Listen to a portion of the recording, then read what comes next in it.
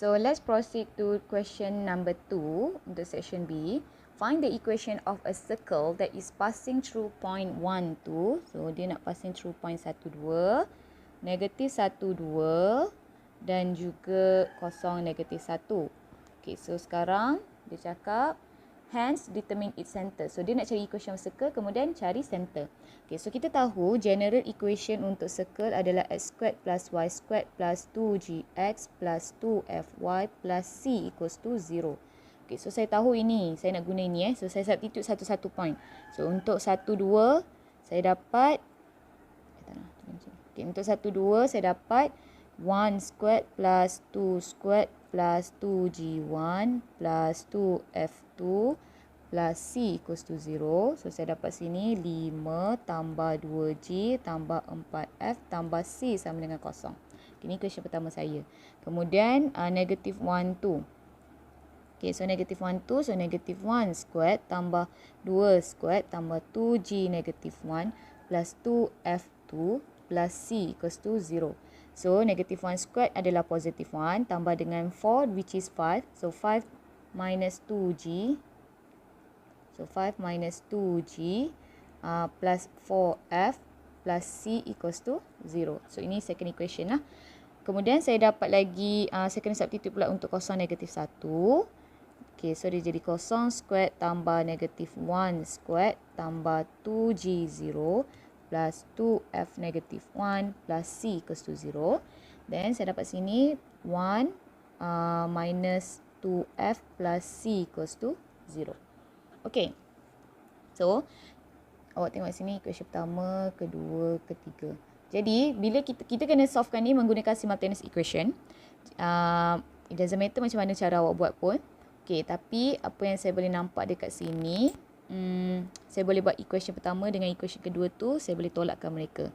Okay, so equation pertama tolak dengan 2. Okay, so saya dapat 5 tolak 5, 0. 2 tolak negatif 2, negatif 4g.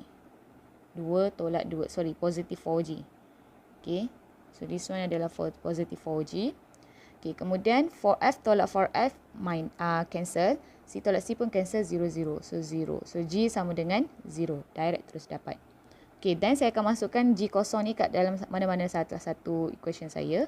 So let's say saya masukkan dalam 1. So dia akan jadi 5 tambah 2, 0 tambah 4f tambah C sama dengan 0. So 5 tambah 4f tambah C sama dengan 0. So ni equation yang barulah, menjadi equation keempat. Okay, kemudian saya tengok 3 dengan 4 ni saya boleh tolakkan mereka. So dia jadi 4 tolak 3. Okay, so jadi 5 tolak 1 dapat 4. 4 tolak negatif 2 jadi 6f. Okay, C tolak C 0. Okay, so 6f sama dengan negatif 4. So f sama dengan negatif 2 over 3. Okay, kemudian saya nak cari nilai C pula. So, saya substitute dalam 3. So, 1 minus 2 times negative 2 over 3 plus C equals to 0. So, ni negative 2 times negative 2, positive 4 over 3. So, 1 plus 4 over 3. So, saya dapat nilai dia 7/3. So, C sama dengan negative 7/3.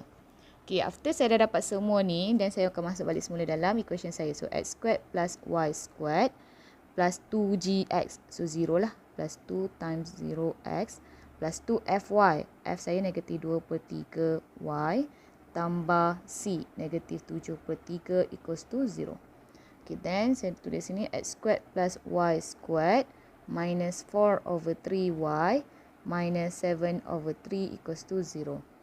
Okay, awak nak tinggalkan macam ni boleh ataupun awak nak darabkan everything dengan 3 pun boleh. So, dia jadi 3x squared tambah 3y squared tolak 4y tolak 7 equal to 0.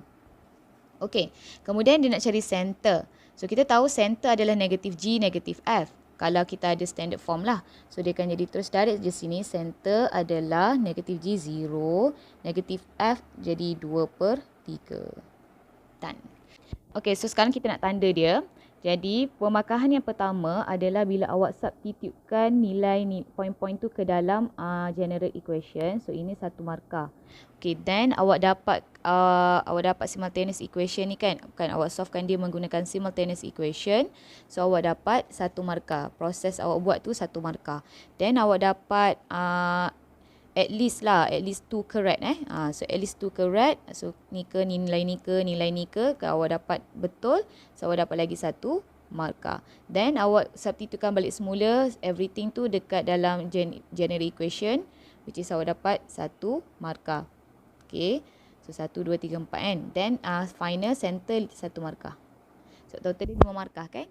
Itu je.